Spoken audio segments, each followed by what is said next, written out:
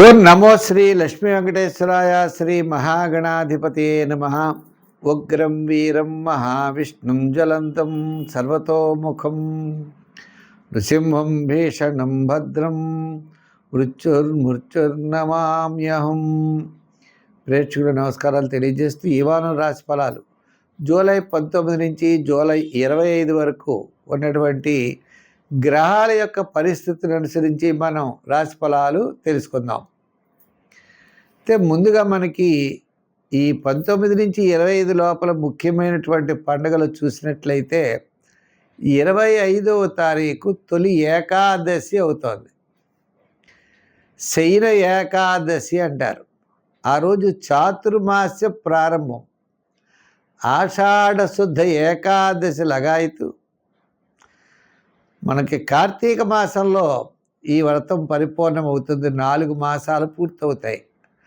ఆషాఢం నుంచి భాద్రపదం, భాద్రపదం నుంచి ఆశ్వీజం, ఆశ్వీజం నుంచి కార్తీకం. ఈ 4 మాసాలు అయ్యేటప్పటికీ చాతుర్మాస్య వ్రత దీక్ష అంటారు. ఈ 4 మాసములు విష్ణుమూర్తికి చాలా ప్రీతి అయినటువంటి మాసములట. ఈ చాతుర్మాస్య దీక్ష వహించేవారు ప్రాతకాలంలో స్నానం చేసి ఒక గదిలో స్వామికి మండపం ఏర్పరిచి విష్ణుమూర్తిని పెట్టుకుని అఖండ దీపారాధన 4 నెలలు పెట్టుకుంటారు. ఉదయం షోడశోపచారాల చేత పూజ చేసి స్వామివారికి నైవేద్యం పెట్టి ఆ ప్రసాదం స్వీకరిస్తూ కిందే పడుకుంటూ బ్రహ్మచర్యాన్ని పాటిస్తూ సాయంకాలం వేళ ఏకభుక్తం ఒకేసారి రోజు ఆహారాన్ని స్వీకరిస్తూ సాయంకాలం వేళ కూడా స్వామివారికి షోడశోపచారాల చేత పూజ చేసి ఒక దీక్ష వహిస్తారు. ఇది చాతుర్మాస్య వ్రత దీక్ష అంటారు. ఈ 4 మాసాలు ఆ స్వామిని ధ్యానం చేస్తూ ఉండాలట.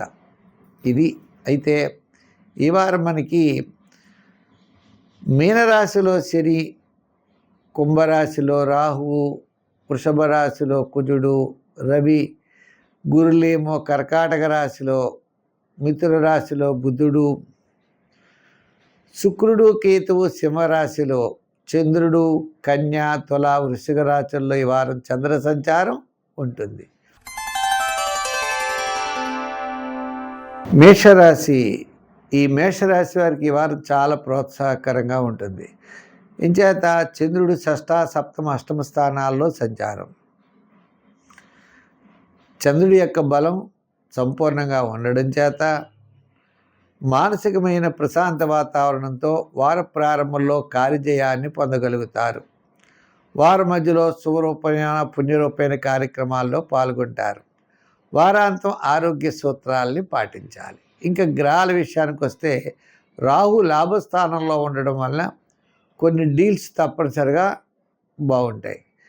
ఈ రాశి వారు బాగా ఆలోచనతో మీరు చెప్పాలి. ఎందు గురించి అంటే వ్యయంలో శని వాక్కు స్థానంలో చూడడం వల్ల మీరు మాట్లాడేటప్పుడు ఎదరవాళ్ళతో మాట్లాడే డీల్ చేసుకునేప్పుడు, వ్యవహారం చేసుకునేటప్పుడు చాలా జాగ్రత్తలు తీసుకోవాలి. అంటే మీ మాట ఏదో నిక్కచ్చిగా చెప్తున్నాం, కరెక్ట్గా చెప్తున్నాం అని అనుకుంటారు. కరెక్ట్గా చెప్పరు, నిక్కచ్చిగా చెప్పరు. అవతల వాడికి నచ్చదు ఆ మాట. ఇప్పుడు ఏదో వ్యాపారం లేదా ఏదో విషయం అధికారులకి చెప్పాలి.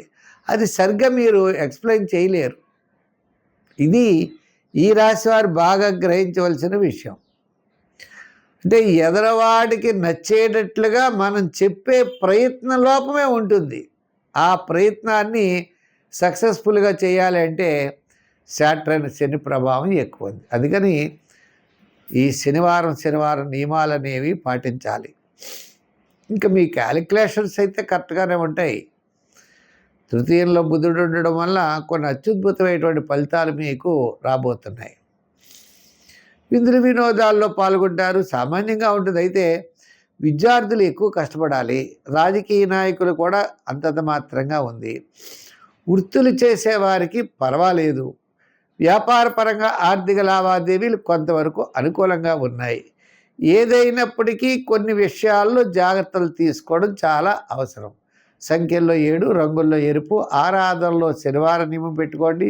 శనివారం తైలాభిషేకాలు చేస్తూ ఉండండి. శని భగవానుడిని ఎక్కువ పూజించండి, లేదా ఓం నమః శివాయ అనుకుని ఖాళీ టైంలో అనుకోండి, తప్పకుండా మంచి ఫలితాలు ఉంటాయి. ఆంజనేయ స్వామి వారి యొక్క ఆరాధన కూడా, ఆంజనేయ స్వామి స్తోత్రం కూడా విశేషమైన ఫలితాన్ని ఇస్తుంది.